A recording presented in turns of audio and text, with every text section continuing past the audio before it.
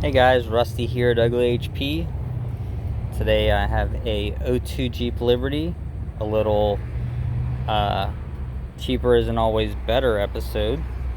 So Jeep came in there, very nice Jeep, one-time owner, came in, it had the drop valve seat. Customer is a internet all-star. Everything I said was wrong. Gave him the price for me to just do the head job. He decided he wanted to have the whole engine rebuilt by his own machine shop. Never even heard of this machine shop before.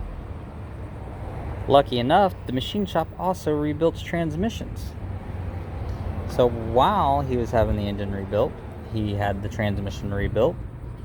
First red flag for me was this guy did all of this in 3 days. Yes, transmission and engine was back to my shop within 3 days of being picked up. So the guy's bill is right now $2,265 for me to R&R everything. Ran it, and the oil is a creamy white color. Cheaper is not always better. The guy did not like the time frame I gave him with the machine shop that I use. Told him that there was no warranty on anything because he sourced his own guy to rebuild it. And this is what you end up with, a $2,200 bill and a car that doesn't work.